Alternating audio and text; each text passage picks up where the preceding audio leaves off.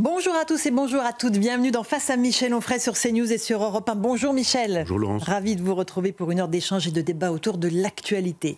On va commencer par parler d'un autre Michel, Michel Barnier, au cœur du chaudron politique de l'Assemblée nationale. Le Premier ministre a fait son discours de politique générale mardi, au milieu du brouhaha et du chahut imposé par la gauche, et notamment la France insoumise. On reviendra sur la méthode Barnier, la façon dont il a mouché avec élégance ses opposants les plus bruyants, notamment Mathilde Panot, mais également l'ancien Premier ministre Gabriel Attal. Sur le fond, que retenir des idées qu'il a développées, de la politique qu'il compte mener à la tête du gouvernement français? Pouvoir d'achat, hausse du SMIC, maîtrise des déficits publics, avec à la clé une hausse des impôts, mais aussi sécurité, immigration. Que peut vraiment faire Michel Barnier? On va aussi s'intéresser, Michel, à la façon dont son ministre de l'Intérieur, Bruno Retailleau, crante l'opinion publique et fait face à une salve de critiques après ses déclarations dans le JDD sur l'état de droit qui serait selon lui ni intangible ni sacré. Question importante à vos yeux, qu'est-ce que l'état de droit? Une expression de la volonté populaire? Est-il supérieur à la démocratie? On va vous entendre là-dessus, Michel Onfray. Enfin, l'onde de choc après le meurtre de Philippine se poursuit avec de nombreux témoignages de femmes ou de proches de victimes qui ont été agressées par des migrants sous OQTF. En matière d'immigration, justement, peut-on faire cohabiter les deux notions de fermeté et d'humanité? Voici ici quelques-unes des pistes de réflexion pour aujourd'hui avec vous, Michel Onfray. Michel, on commence donc par Michel Barnier, qui était au cœur de l'attention. Vous l'avez suivi, j'imagine, sur nos antennes. Dans le chaudron de l'Assemblée nationale, discours de politique générale. On en a en mémoire certains qui étaient excellents. Sur le fond, d'abord, j'aimerais qu'on revienne sur le fond. Il a promis écoute et respect. Honnêtement, Michel, ça faisait longtemps qu'on n'avait pas entendu ces mots-là dans l'hémicycle. Écoutez-le, Michel Barnier, et je vous passe la parole. Écoute, respect à l'égard de toutes les forces politiques et de toutes les sensibilités politiques à l'Assemblée nationale et au Sénat. Je l'ai dit dès le premier jour, nous écouterons et nous respecterons chacune et chacun d'entre vous, même si ce respect n'est pas toujours réciproque.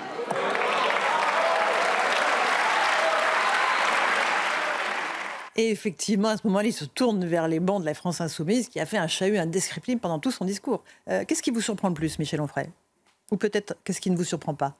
Rien ne me surprend. C'est-à-dire qu'il était sur un fil, il n'a pas vraiment beaucoup de latitude politiquement. Il faut qu'il plaise à presque tout le monde, et qu'il ne déplaise pas à certains. On sent que Marine Le Pen est là embusquée avec son fusil à lunettes. Et donc, il s'en est bien sorti, mais ceci dit, il s'en est bien sorti au prix d'un filet d'eau tiède, quoi. Politiquement, c'est pas terrible. Donc, dans la mesure, enfin, vous savez, moi, c'est mon obsession, mais tant qu'on reste dans la configuration européenne, on peut pas faire autre chose que ça. C'est pas compliqué. Quand on a perdu notre souveraineté et que la souveraineté est à Bruxelles, on ne peut pas dire je vais faire ceci, je vais faire cela, parce que globalement, quand vous dites, eh bien maintenant, je vais m'en donner les moyens, parce que là, il dit il faudrait, nous allons, etc. Bon, pourquoi pas. Mais il sait très bien, lui plus qu'un autre, qu'il a été commissaire européen, que globalement, à Bruxelles, on lui dira bon, tout ça est fort sympathique, vous avez réussi à faire une majorité, vous pilotez, vous essayez d'éviter les gouttes, mais vous n'en aurez pas la possibilité. Donc, moi, je n'attends rien de ce genre de discours, et je n'attendrai rien d'un discours de Marine Le Pen qui nous dit exactement la même chose. On ne sort pas de l'Europe, on ne sort pas de Schengen, etc. Donc, tant qu'on reste dans une configuration européenne, on ne peut rien faire. Mais écoute et respect, quand même, c'est pas mal. Alors, c'est déjà ça. C'est le vieux style. C'est le mien, d'une certaine manière. Mais c'est-à-dire, effectivement, écoutez, c'est bien, mais ça ne suffit pas. Donc, genre, je vous écoute, mais qu'est-ce que vous allez faire de ce que vous entendez? Donc, si vous dites, je vous écoute, je vous ai entendu, au revoir, monsieur, mais maintenant, allez vous faire voir, c'est pas terrible. Il faut écouter, mais il faut prendre en considération ce qui est dit. C'est ce que faisait le général quand il disait, il faut faire de telle sorte qu'on puisse permettre à chacun d'être représenté. Chacun n'est pas représenté.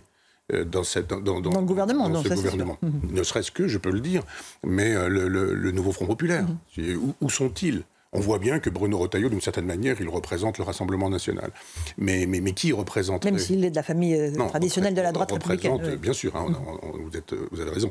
Mais parce qu'il est d'un côté, il est du côté des républicains qui sont des républicains à l'ancienne, un peu néo-gaullistes, je dirais. Je ne dis pas gaullistes, mais enfin néo-gaullistes.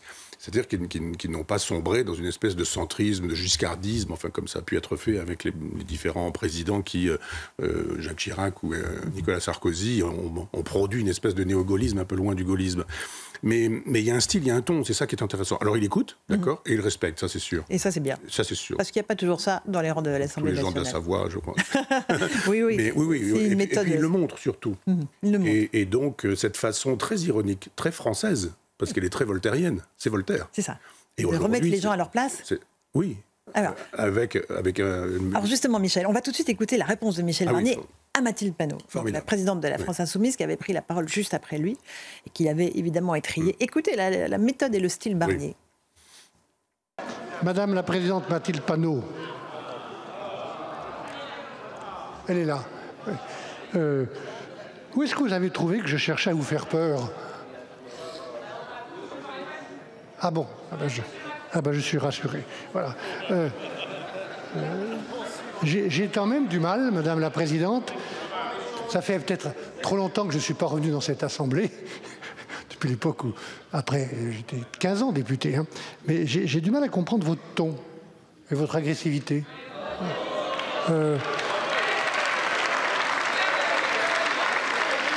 J'ai du mal à... Enfin, j'ai du mal... J'arrive pas à comprendre la manière systématique dont vous attaquez personnellement le chef de l'État. Voilà. Et moi, je vais vous dire une chose, Madame la Présidente. Plus vous serez agressive, plus je serai respectueux.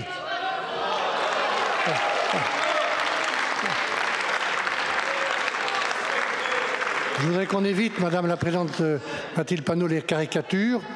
Voilà pour Michel Barnier, Michel Onfray. Plus vous serez agressive, plus je serai respectueux. Ça vous plaît? Oui, ce qui me plaît, c'est qu'il obtienne un joli sourire d'ailleurs, de Mathilde Panot. Mais je serai prof de philo encore en classe terminale. J'utiliserai ce morceau-là pour expliquer ce qu'est l'ironie voltairienne. Parce que c'est complètement ça. Quand il dit « je m'étonne », évidemment, il ne s'étonne pas. Et quand il dit « je ne comprends pas pourquoi », évidemment qu'il comprend bien pourquoi.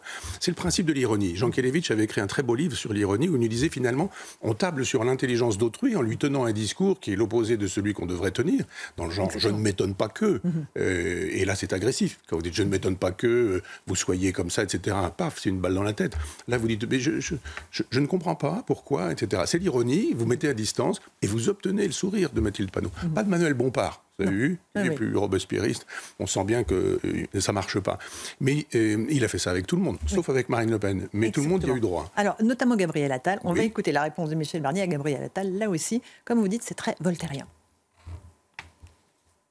Et Monsieur Attal, je serai très attentif à vos propositions d'économies supplémentaires. Très attentif. Pour faire face à un déficit que j'ai trouvé en arrivant. Voilà. Non, mais c'est pas la peine de... il faut que vous vous habituiez les uns les autres à ce que je dise, ce que je pense. Hein.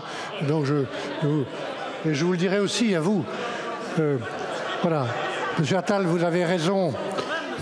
Monsieur le Premier ministre, vous avez raison de dire votre attachement aux libertés fondamentales. J'ai le même attachement que vous. Et nous ne ferons aucune complaisance et il n'y aura aucune complaisance à l'égard de la protection de ces libertés. Voilà. Voilà pour Michel Barnier face à Gabriel Attal qui est un peu déconfit, il faut le dire à nos auditeurs. Non, c'est d'abord un fusil à deux coups, peut-être même une mitraillette, parce que le premier coup, c'est de la balle à blanc. C'est-à-dire, je serai très attentif. Et on voit même Attal qui applaudit dans le genre... il reconnaît mes mérites. Et je serai tellement attentif que d'ailleurs je me souviendrai que c'est vous qui êtes à l'origine d'un déficit qui, etc., etc. Et là, d'un seul coup, totalement déconfit, il a applaudi à son propre abattage. Un abattage symbolique, évidemment. Et par la suite, il s'en prend une petite salve comme ça continue, etc. Et je trouve ça très bien. Là encore, c'est Voltaire. Alors donc, ça ne me satisfait pas politiquement, comme vous vous en doutez, mais ça me satisfait sur le terrain, pour le coup voltairien, philosophique, ou dans l'esprit français. C'est-à-dire, on a ces espèces de petits... je cherche un mot qui soit... de petits macroniens, qui eux, n'ont pas un poil d'ironie, n'ont pas un poil d'humour, qui sont d'une grande violence, d'une grande brutalité, d'un grand mépris. Quand de temps en temps, on capte ici ou là quelque chose, on a un truc du genre, vous n'avez qu'à traverser la rue, vous allez trouver un boulot, vous n'avez qu'à bosser pour vous acheter des costards, c'est la France qui pue, qui sent mauvais, etc. Enfin, je veux dire, on a une espèce de violence, et là, on a très exactement l'inverse. Et on ne donne pas des coups de poing comme deux arsouilles, parce qu'il y a en fait, comme on a parlé jadis d'État voyous, il y a des députés voyous. La façon qu'ont eu les gens de la France insoumise de se comporter, pour la plupart, c'était insupportable. C'était cette façon de mépriser la fonction. On a le droit de ne pas aimer la politique, mais il y a une fonction. Donc les députés, c'est la même chose. On a le droit de ne pas aimer leurs idées, mais ils sont élus. La souveraineté, c'est ça. Et on entend enfin un peu parler de souveraineté populaire, aussi bien chez M. Barnier que chez M. Retailleau. On va y revenir. Au passage, tiens d'ailleurs, en parlant de la France insoumise, la commission des lois de l'Assemblée nationale a rejeté la demande déposée par la France insoumise de destitution du président Macron. Donc ça y est, c'est passé à la trappe pour vous ?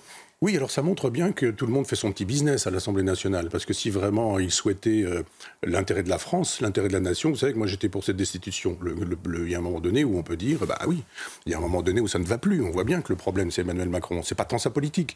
D'une certaine manière, quand sa politique est menée par Michel Barnier, les gens sont prêts à l'accepter. D'une certaine manière, ils auraient été prêts à l'accepter aussi un temps avec Gabriel Attal, dont ils découvrent la nature assez violente.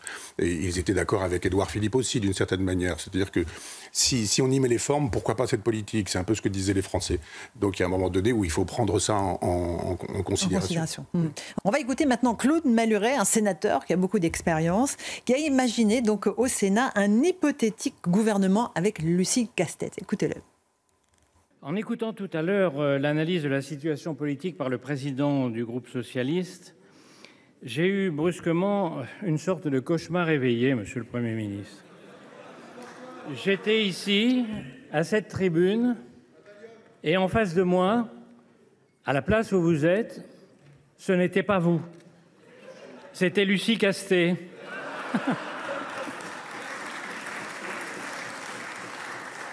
À ses côtés, Sandrine Rousseau, ministre des Finances et de la Décroissance, Sophia Chikirou, garde des Sceaux, Aymeric Caron, ministre de l'Écologie et des Insectes, Sébastien Delogu, ministre de la Mémoire et des Anciens Combattants, Louis Boyard, ministre du Développement durable et du Cannabis, et Jean-Luc Mélenchon, ministre des Affaires étrangères et de l'amitié avec la Russie, le Hezbollah et l'Alliance bolivarienne.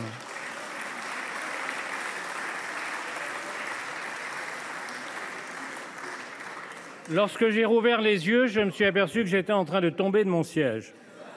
Voilà pour l'ironie mordante de Claude Malhuret. Michel Onfray, ça vous a fait rire, hein ? Oui. J'ai même ri de son rire. Il y a un petit moment où on parlait du rire de Voltaire, du vrai rire de Voltaire. Moi, j'ai lu beaucoup de biographies de Voltaire, c'est le Dorieux, formidable. Et il y a un moment donné, il rit de lui-même. Il a raison, parce que c'est très drôle. Et j'ai l'impression que Voltaire pouvait ricaner un peu comme ça. Mais c'est très drôle. D'ailleurs, c'est le voltairien en chef, lui. Parce que Claude Malhuret. Alors là encore, je laisse de côté la politique, le passé, l'époque de la moustache, je dirais. L'époque chiracienne, où il avait des belles bacchantes, une grande moustache, très à Troisième République, ou Empire. Mais il est très bon. C'est-à-dire, je ne sais pas s'il écrit ses textes, mais... Ah si, j'imagine que si. Oui, enfin, on peut imaginer qu'il y a des assistants parlementaires dans le métier, mais je pense qu'il en est capable. Et c'est très bon, c'est très drôle. Parce que là encore, on a l'esprit voltairien. Moi, j'ai dit à un moment donné, dans un livre qui s'appelait L'Art d'être français, qu'il y avait des figures littéraires qui étaient des vraies figures françaises. Il y a Rabelais, personnage gargantuesque, etc. Donc, il y a Voltaire pour l'ironie, il y a Descartes pour la raison, et il y a même Camus, je dirais, pour une espèce de socialisme libertaire contre le marxisme, contre le goulag, contre les barbelés, etc. Et c'est toujours bon de voir apparaître finalement une vieille génération. J'en parle d'autant que c'est la mienne, mais d'autant mieux que c'est la mienne, mais je trouve que là, on a affaire à des gens qui ont du talent et qui ont de l'âge aussi, qui ont de la bouteille et qui sont capables... C'est le retour de l'ancien monde, oui, Michel Onfray ? Ça, c'est plutôt pas mal. Face à la Startup Nation ? Mais voilà, on a des textes, on avait avec Macron et les siens, Attal et quelques autres séjournés, des individus qui probablement ont des éléments de langage qui leur sont donnés par texto en disant voilà les idées qu'il faut défendre, voilà les formules, les fameux punchlines qu'il faut défendre parce que ça va être repris, on va faire des débats, vous avez dit que, etc. Et là, on n'a pas du tout des communicants, on a juste des gens drôles qui ont compris ce qu'était la politique, ils en font depuis suffisamment longtemps, peut-être un demi-siècle. Et ils font revenir Voltaire. Et ça, c'est assez rafraîchissant. Encore un tout petit mot pour évoquer ce qui s'est passé avec Michel Barnier, autour de Michel Barnier cette semaine. Michel Onfray, on a évoqué l'attitude de Marine Le Pen. Elle était présente dans l'hémicycle, même si elle est très accaparée par le procès qui la concerne sur les assistants parlementaires européens. Elle était là, elle a répondu à Michel Barnier et on va voir qu'il y a une forme de pacte de non-agression entre les deux. D'ailleurs, Michel Barnier ne l'a pas critiqué après sa prise de parole. On écoute Marine Le Pen. Compte tenu de la tâche ingrate qui vous incombe en ces circonstances, de ramasser l'action publique que certains ont laissé choir, je vous le dis, Monsieur le Premier ministre, le mouvement national n'entend pas entraîner le pays vers le chaos, vers cette politique du pire qui est la pire des politiques. Voilà pourquoi le Rassemblement national a fait un choix responsable. Refuser de censurer a priori votre gouvernement pour lui donner une chance, aussi infime soit-elle, d'engager enfin les mesures de redressement nécessaires. Nous tiendrons strictement à cette feuille de route, sans excès ni manigance, sans surenchère ni arrogance, mais avec le souci pragmatique du bien commun. Pour Marine Le Pen, Michel Onfray, pas de censure a priori pour laisser une chance infime au gouvernement de mettre en place pour redresser la France. D'abord, moi j'ai regardé tout ça en direct et évidemment les plans sont les plans. Moi je ne vois pas ce qui se passe, je ne sais pas. À un moment donné, je me suis dit, est-ce que la France insoumise a quitté l'hémicycle ? Je n'avais pas d'image qui permettait d'en juger. Parce qu'il y avait quelque chose d'assez étonnant, c'est qu'il y avait un silence qui accueillait le discours de Marine Le Pen. Le pauvre Michel Barnier, ça s'est fait dans un chahut perpétuel, du début jusqu'à la fin. Ça a duré 1h30, je crois, quelque chose comme ça. Ça a été en permanence du chahut. C'était même insupportable pour lui, quoi. J'ai trouvé que c'était malaisant, comme disent les jeunes aujourd'hui. Mais elle, d'un seul coup, elle prend la parole. Et autant on avait, alors je ne parle pas du robinet d'eau tiède et du contenu, ni même du contenu de Marine Le Pen, elle est dans l'opposition, tout est facile quand on est dans l'opposition. Mais il y avait de l'énergie, une espèce de forme, de forme aussi, du non-verbal pour le coup, où on voyait qu'elle tenait son discours, tout le monde l'écoutait. Et d'une certaine manière, c'est un petit peu cette leçon, c'est-à-dire que ça fait, je ne sais pas, plusieurs semaines, plusieurs mois qu'on est en train de cornériser les 10 millions d'électeurs du Rassemblement national, et puis là, retour du refoulé, retour de l'histoire, d'une certaine manière, c'est elle qui fait la loi. Parce qu'on l'écoute, parce qu'on l'entend, on dit bah Michel Barnier, je claque des doigts, il s'en va, il tombe. Et puis là, elle dit non, c'est moi qui claque des doigts. Et si je claque des doigts, il tombe. Et donc on l'écoute, et on se dit alors la politique elle est faite où ? Et Emmanuel Macron qui voulait absolument évincer le Rassemblement national sous prétexte qu'elle serait fasciste nazie et qu'elle sortirait de l'arc républicain, l'a mise d'une certaine manière sur les marches de l'Élysée. Parce qu'elle est là en train de dire eh bien nous avons décidé que nous allons lui donner sa chance, on verra bien. Donc évidemment il est obligé de faire quelques concessions, et notamment une concession qui m'a apparu immédiate, c'est-à-dire qu'effectivement dans le florilège de snipers qui était le Premier ministre dans les prises de parole, n'a pas touché Marine Le Pen. Tout le monde y a eu droit. Une petite phrase pour chacun. Un panneau, M. Attal, il y a eu M. Ciotti aussi. Oui, M. Vallot aussi, M. Chassaigne pour le Parti communiste. Voilà. Tout le monde a eu droit à sa petite... Qui a rigolé, Chassaigne, quand il parle de ses sabots, etc. Il a mis tous les rieurs de son côté. Pas touché Marine Le Pen. On est d'accord. Donc je crois que c'est ça qu'il faut écouter et qu'il faut entendre. Et je pense que Emmanuel Macron doit ronger son frein, de se dire finalement, j'ai fait une dissolution, j'ai jeté une grenade dans leurs jambes, a-t-il dit. Une grenade dans leur... Oui, dans voilà. Et puis de voir là que d'une certaine manière, le commandeur, la statue du commandeur, c'est Marine Le Pen en France. Justement, Michel Onfray, on est sur CNews et Europe 1. Emmanuel Macron était à Berlin cette semaine. Il a pris la parole sur place. En anglais, pour parler de la situation politique française. Déjà, sur le fond, prendre la parole à l'étranger pour parler de la France, il avait dit lui-même qu'il ne fallait pas le faire, mais de surcroît en anglais. Ça vous a surpris, choqué ? Oui, enfin, d'abord, quand il est en Allemagne, il est en France, Emmanuel Macron. Pourquoi ? Parce qu'on a déjà vu tout ce que la France... D'ailleurs, pas seulement lui, ça fait des années que la France prend ses ordres à Berlin. C'est quand même sidérant. Cette Europe dont le général de Gaulle voulait qu'elle soit française, mais c'est un peu normal. Quand vous êtes un chef d'État français, vous avez envie que s'il y a une Europe, elle soit d'abord française. Elle est devenue allemande. D'ailleurs, le jour où François Hollande est élu, et tout ce monde se souvient de la pluie, etc., qu'est-ce qu'il fait le soir ? Il prend l'avion et s'en va voir Angela Merkel. Il prend la foudre. Et l'avion prend la foudre. Mais d'ailleurs, c'est une histoire, c'est de la tragédie grecque, tout ça. Mais pourquoi donc ? Et cette façon qu'a eu Emmanuel Macron de dire « Ah, mais j'aimerais bien qu'on puisse partager le bouton nucléaire ». avec l'Allemagne, qu'on puisse partager le bouton nucléaire, qu'on puisse partager le siège à l'ONU. Enfin, on se dit, mais qu'est-ce que ça veut dire ? Ça veut dire qu'on est prêt à donner notre souveraineté, pas seulement à Bruxelles, mais aussi à l'Allemagne. Il y a eu un moment donné, je crois aussi, où, je ne sais plus si c'est Nicolas Sarkozy, mais il voulait des ministres communs. C'était aussi une idée de Daniel Cohn-Bendit, cette façon de mélanger d'une certaine manière la France et l'Allemagne. Comme jadis, Jean Monnet voulait mélanger la France et l'Angleterre en disant il faut se débarrasser. Le mot était de Jean Monnet, du général de Gaulle. On ne sait pas comment il entendait débarrasser. Mais cette façon de vouloir fondre la France dans l'Angleterre, quand on est un Jean Monnet payé par la CIA et par les États-Unis, c'est pas une façon de parler, il a reçu de l'argent, on le sait aujourd'hui, ou alors de fondre la France en Allemagne avec la langue anglaise, c'est-à-dire la langue de celui qui domine les dominants. On a aujourd'hui, les dominants, ce sont les Allemands, mais on n'utilise pas l'allemand, je ne sais pas s'il parle l'allemand, s'il est germaniste, ça se pourrait, mais il utilise la langue des États-Unis. En Allemagne, pour parler de la France, tout ça signifie... Et de la colère française qui s'est exprimée à travers le vote du RN.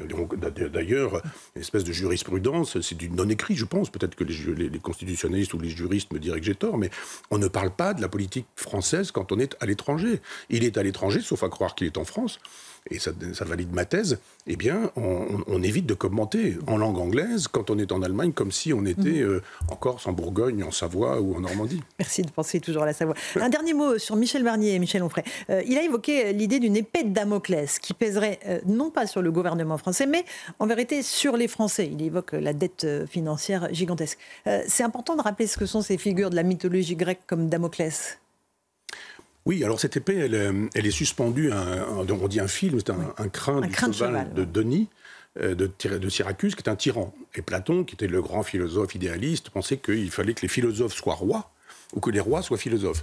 Et il s'est dit, je vais aller voir Denis, qui est un tyran, et puis je vais aller lui expliquer que, finalement, en faisant un peu de philosophie, on peut bien gouverner. Et puis, Denis l'a entendu d'une mauvaise oreille, puisque finalement, il la transforme en esclave. Mais cette façon de dire, ça ne tient qu'à un crin. C'est-à-dire, c'est pas grand-chose. Il suffirait que Denis de Syracuse, le tyran Denis de Syracuse, le décide pour que ça tombe. Et que, évidemment, ça vous tranche la tête.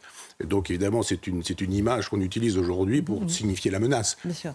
Et dire qu'elle est sur les Français et non pas sur le gouvernement. Alors c'est les deux. Mais en même temps, il a raison, c'est sur les Français, mais c'est compliqué la dette. Ça fait des années qu'on n'en parle pas, ça fait des années qu'on l'augmente, ça fait des années qu'on dit qu'on devrait l'apurer, ou du moins l'attaquer.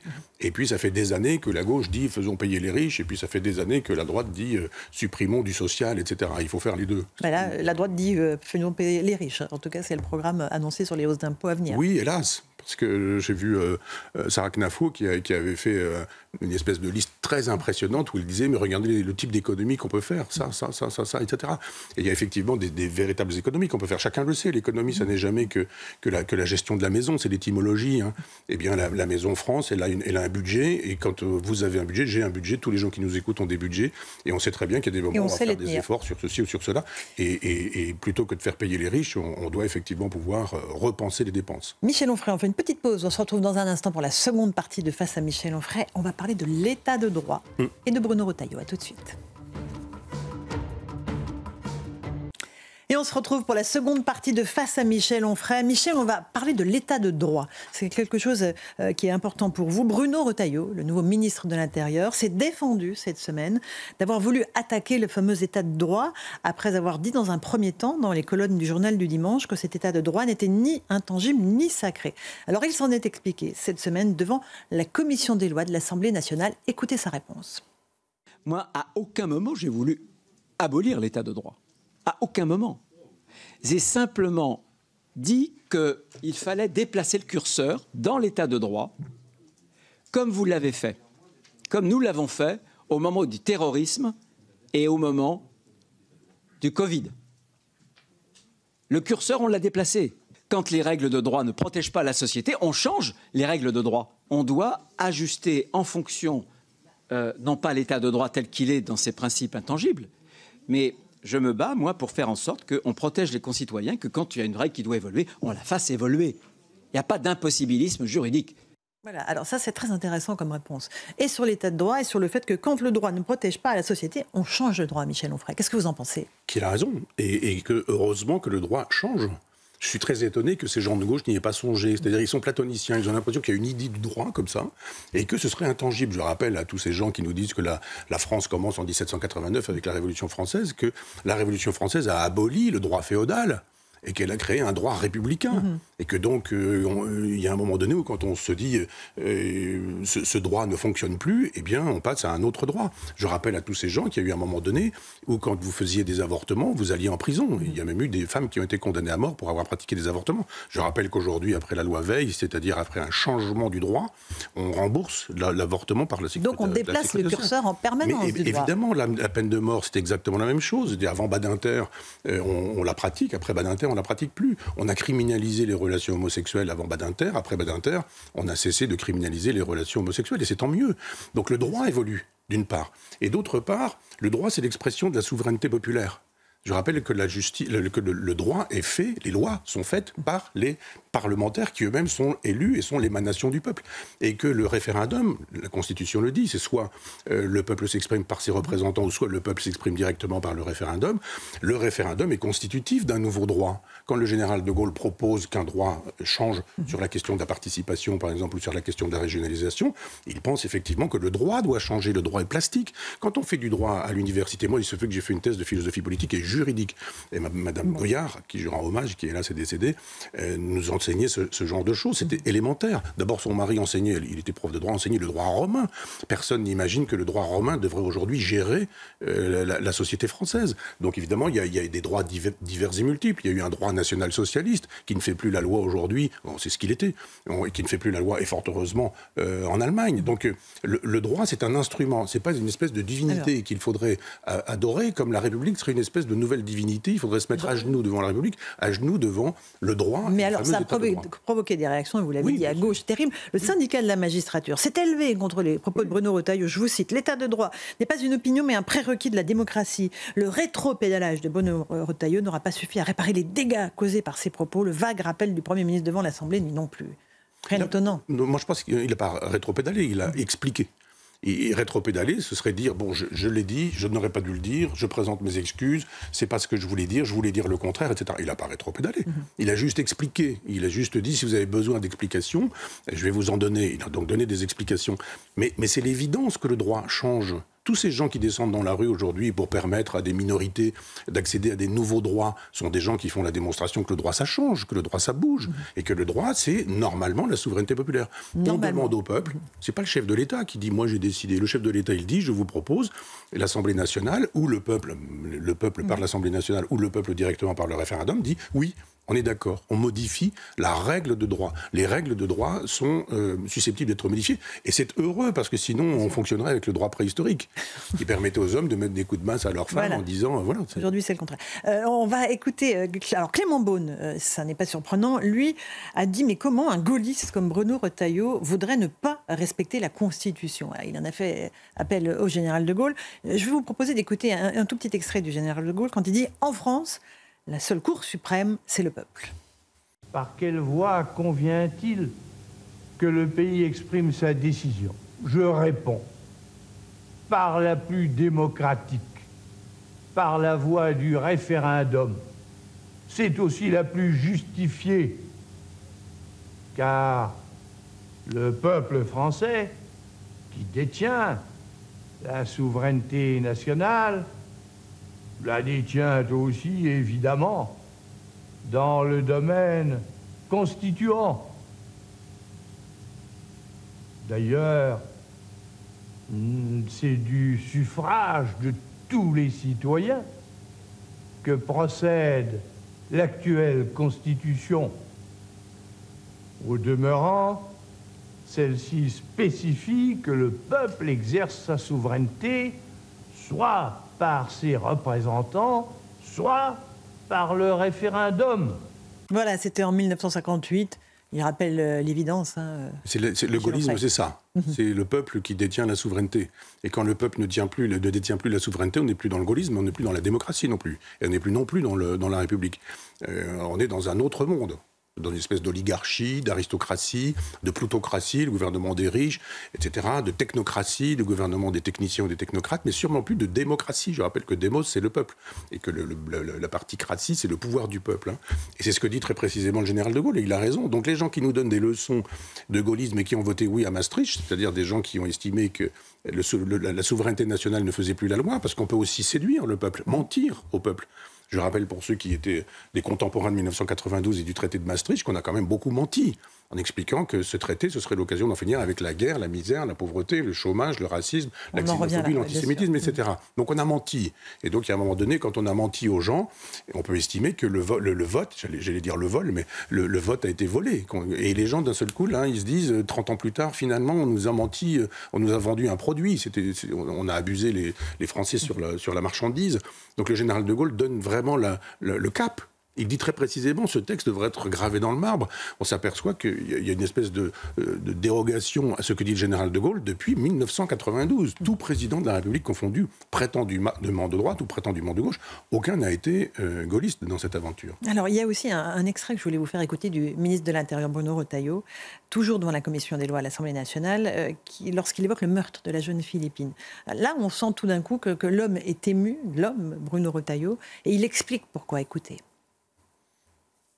Je pensais même, puisque c'est l'affaire Philippine, il se trouve que, vous voyez, j'ai été touché personnellement. Voilà, parce que j'ai perdu un ami, celui qui l'a assassiné, 3 OQTF, depuis plus de 10 ans sur le territoire français, irrégulièrement. Il brûle la cathédrale de Nantes. Hein. Et ensuite, il trouble psychologique grave, tel point que la garde à vue, le soir de l'assassinat, est déclarée incompatible avec sa santé mentale. Et on m'explique, à l'époque, de la justice, de l'intérieur, il n'y a pas de défaillance de l'État. Jamais je n'entendrai ça. Jamais je ne céderai là-dessus. Jamais. Voilà. On peut faire des ronds dans l'eau sur l'état de droit, mais moi, quand il y a une règle de droit qui ne protégera pas les Français, je ferai tout pour la modifier. Très intéressant cette séquence où on voit que l'homme affleure sous le ministre de l'Intérieur lorsqu'il parle de son ami qui a été assassiné par une personne sous OQTF. Michel. Oui, parce que toutes les semaines, on voit bien qu'il y a ce genre de choses et toutes les semaines, on voit bien qu'il n'y a pas de coupable, il n'y a pas de responsable. C'est bizarre. C'est-à-dire que quand vous roulez à 56 à l'heure dans une agglomération, alors vous avez l'État, ça fonctionne, là, l'État de droit pour le coup. Vous allez recevoir la prune dans votre boîte aux lettres et il n'y a aucun problème.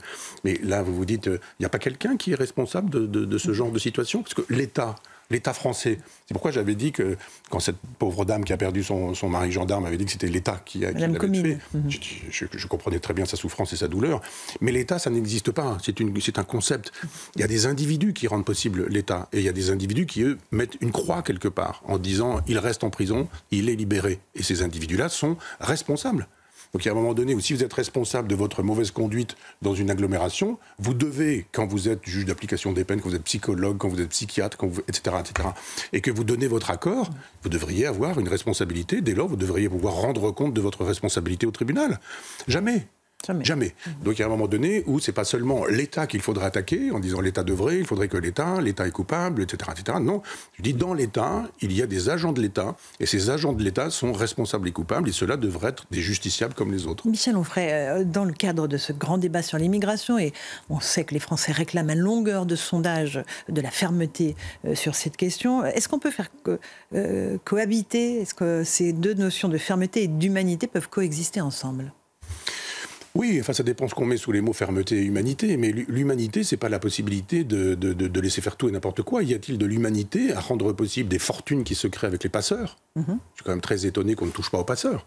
Il y a des passeurs, des filières de passeurs qui sont démantelées régulièrement. Vous les voyez au tribunal, ces gens-là. Vous voyez des grands procès où on aurait montré comment ça se passe. Au contraire, vous avez même des films, vous avez des bandes dessinées, vous avez des romans qui vous expliquent la douleur, la souffrance, etc. Mais des gens qui traversent, et je conçois tout ça. Mais simplement, aucun film qui nous dirait comment un salaud, c'est un salaud, le type qui prend 10 000, 15 000, 20 000 euros à chaque personne qui traverse la Méditerranée et qui, d'une certaine manière, les laisse sans gilet de sauvetage, charge la barque, c'est le cas de le dire, fait prendre des risques à tout le monde. Ce sont des criminels, ce sont des tueurs, ces gens-là. On ne parle jamais de ces gens-là. Donc il y a un moment donné où on peut être ferme, c'est-à-dire dire... Il y a des lois. Moi, quand je dis souvent à des amis, ils me disent tu voudrais révolutionner quoi ? Je dis je veux rien révolutionner. On a des lois qui sont très bien faites Appliquons-les. Et appliquons-les. Et puis un certain nombre d'autres lois qui ont été faites et qu'on peut défaire, là pour le coup. Effectivement, un certain nombre de lois, alors M. Valls regrette un certain nombre de choses aujourd'hui, M. Hollande oublie qu'il les a rendues possibles, enfin il y a un certain nombre de lois dont on peut imaginer qu'on peut les refaire. L'état de droit, c'est pas de dire M. Valls et Hollande ont un jour décidé quelque chose, c'est gravé dans le marbre, on peut plus y toucher. Non, pas du tout. Le peuple peut dire, eh bien on arrête avec ça, on souhaite autre chose et autrement. Je disais tout à l'heure qu'effectivement, il y a 50 ans, sur la question de l'homosexualité, sur la question de l'avortement, on ne disait pas la même chose, le droit n'était pas le même. Donc aujourd'hui, on peut très bien imaginer que l'immigration, c'est pas la même chose. L'immigration, il y a 40 ans, l'immigration aujourd'hui, l'immigration au siècle dernier, enfin au 19e siècle, je dirais, c'est pas l'immigration aujourd'hui. Donc on doit pouvoir penser le droit en fonction d'une réalité qui est nouvelle. Donc fermeté en disant, mais il n'est pas question qu'on accueille dans des conditions d'inhumanité les gens qu'on accueille. C'est inhumain aussi de dire traversez, faites-vous exploiter, après vous allez dormir sous des tentes, sous le périphérique. Voilà, puis après vous allez être contraint. Aux passeurs. Bien sûr qu'il y a une délinquance qui est en relation avec ça, parce que comment vous voulez faire pour vivre? Moi je comprends cette délinquance, je ne dis pas que je la bénis, que j'absous les gens, mais je veux dire, comment vous faites quand il faut payer 3 repas par jour, qu'il faut payer une chambre d'hôtel ou qu'il faut payer un endroit où vous pouvez dormir, etc. C'est vite fait de se retrouver avec 0 centime, donc de commencer à faire de la prostitution, de commencer à faire du trafic de drogue, d'arracher les sacs des grands-mères ou ce genre de choses. Je ne parle pas de la libido de gens qui ont 20 ans, 25 ans et qui se retrouvent ici sans pratiquer la langue et qui sont contraints à se comporter comme des animaux. On est face à Michel Onfray sur CNews et sur Europe 1. On voit bien que Bruno Retailleau crante l'opinion publique. Il est la cible de toutes les attaques en ce moment. Il a même dû répondre à une question sur « Allez-vous remettre en cause les libertés publiques ?» Écoutez sa réponse. J'ai répondu sur l'état de droit. Je trouve que passer la soixantaine, entamer une carrière d'autocrate, c'est un peu tard, je trouve.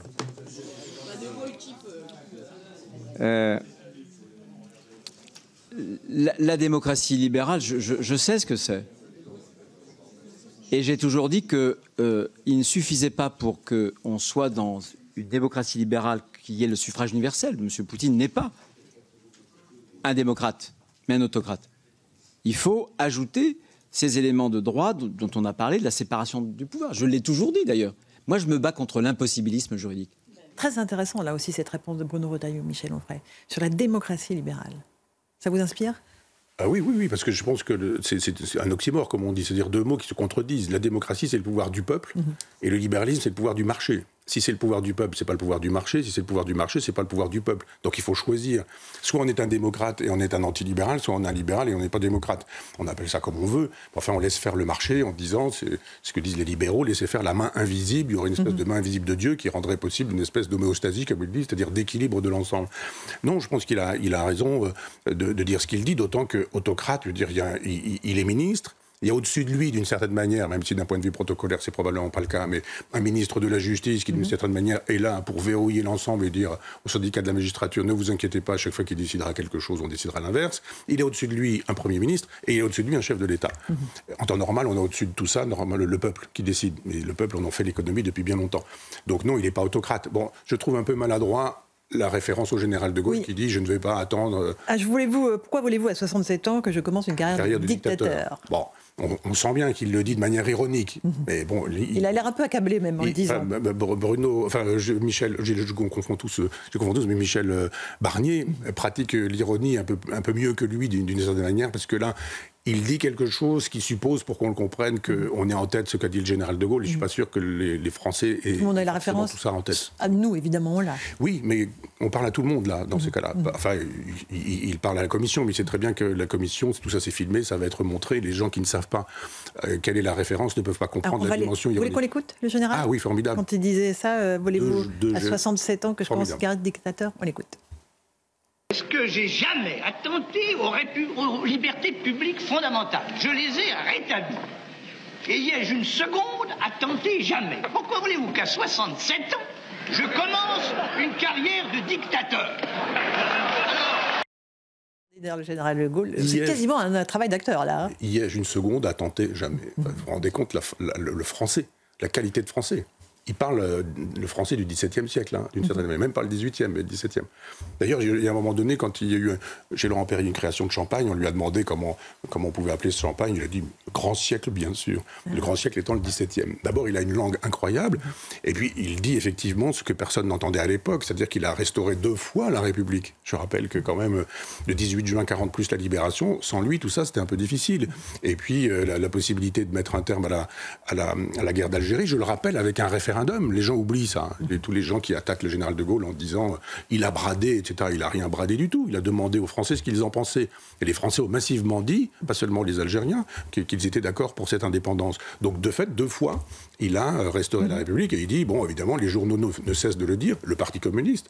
François Mitterrand, je vous rappelle, le coup d'État permanent, où il était présenté comparé à Adolf Hitler, tout de même, à l'époque. Le général de Gaulle comparé à Adolf Hitler. Donc, tous ces gens aujourd'hui qui utilisent le mot fasciste à tout bout de champ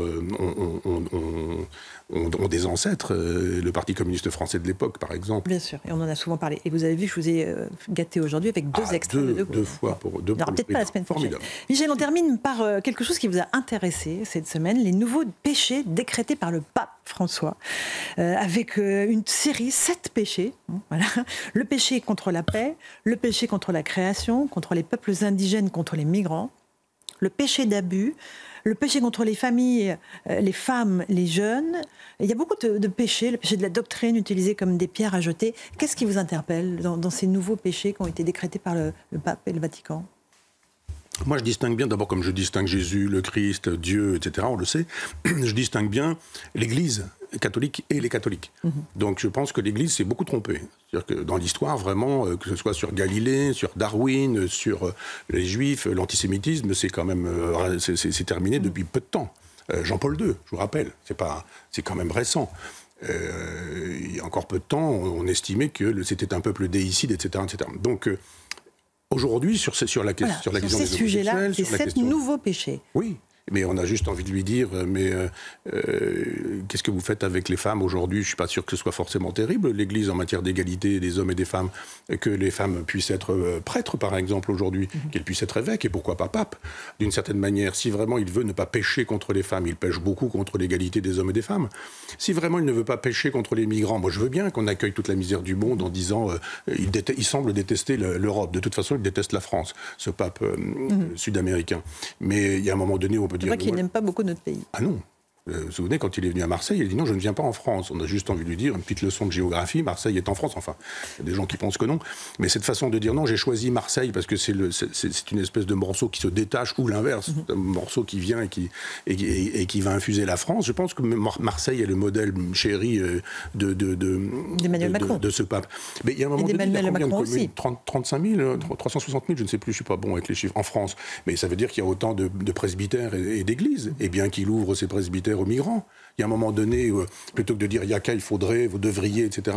Et il n'y a pas un péché contre l'ouvrier français, contre l'employé français, contre le français moyen qui, lui, s'en prend plein de la figure parce que l'immigration fait que les prix s'effondrent, le prix du travail s'effondre. Il n'y a pas de péché contre les ouvriers. Il n'y a pas de péché contre les pauvres. Alors si, il est contre la pauvreté. Si, péché contre la pauvreté. Oui, c'est quoi être contre la pauvreté ? Le péché contre la synodalité, Michel, le manque d'écoute, de communion et de la participation de tous. Alors c'est l'hôpital qui se fout de la charité, si je puis me permettre, encore qu'il est jésuite, ce pape, tellement jésuite qu'il a pris le nom d'un franciscain. C'est-à-dire vraiment, les jésuites composent avec le pouvoir, ils sont toujours dans l'ombre, ils sont pas loin du roi, etc. Les franciscains, c'est la pureté, c'est la pauvreté. François d'Assise, c'est un héros. Et vous dites, non, choisis un nom de jésuite, t'es jésuite. Et là, il se comporte en jésuite. C'est-à-dire qu'il dit des choses, mais il n'en fait rien. Il peut très bien vendre tous les mois une œuvre d'art qui appartient au musée du Vatican, par exemple, il y en a des sublimes, et dire, on va construire, chaque mois qu'on aura vendu un Raphaël, un Bellini, un Titien, un Caravage, je ne sais pas ce qu'il y a au Vatican, j'ai plus souvenir de ce que j'ai vu, jusqu'à Rouault, Georges Rouault. Eh bien, et puis on va créer des hôpitaux, des écoles, etc., qui mettent la main à la pâte. Il a un pouvoir politique, il n'a pas seulement un pouvoir spirituel. Donc il ouvre la totalité, il invite à ouvrir la totalité des presbytères en disant accueillons-les. C'est trop facile de dire accueillons-les en France et puis faites-vous le travail avec l'argent public, avec l'argent des gens modestes, avec l'argent des petites gens. Mais montrez l'expérience. Je pense que Jésus, c'est pas quelqu'un qui disait des choses et qui faisait le contraire. C'est quelqu'un dont la vie était philosophique. c'est quelqu'un dont la vie était chrétienne. Je ne suis pas sûr qu'un pape ait vraiment une vie chrétienne. Il a la vie d'un chef d'État. Et puis, sur les questions, par exemple, de pédophilie, je ne suis pas sûr qu'ils aient été vraiment formidables, l'Église. Et il y en a qui ont été très bien. Moi, j'ai la nostalgie de Benoît XVI, qui avait un souci civilisationnel. C'était quelqu'un qui, souvenez-vous du discours de Ratisbonne, qui a été extraordinaire, mais ça lui a valu une volée de bois vert sur la totalité de la planète. Je ne suis pas bien sûr que le fait qu'il ait quitté le Vatican, disant qu'il avait des problèmes de santé, auxquels il a survécu 10 ans, soit vraiment la vraie raison. Soit vraiment la bonne raison. Mais lui n'a pas de souci civilisationnel. Il a juste envie de détruire l'Europe, parce qu'il estime que c'est une espèce de Babylone qu'il faut ravager, qui est de toute façon déjà perdue. Et puis il donne des leçons, comme ça, dans l'avion, avec un micro qui lui est tendu. Et c'est un peu léger, cette façon de parler, je ne vais pas dire pour ne rien dire, mais de parler sans joindre le geste à la parole. Merci beaucoup Michel Onfray pour cette heure passée en votre compagnie. Ça passe très vite. On se retrouve évidemment la semaine prochaine pour Face à Michel Onfray sur CNews et sur Europe 1.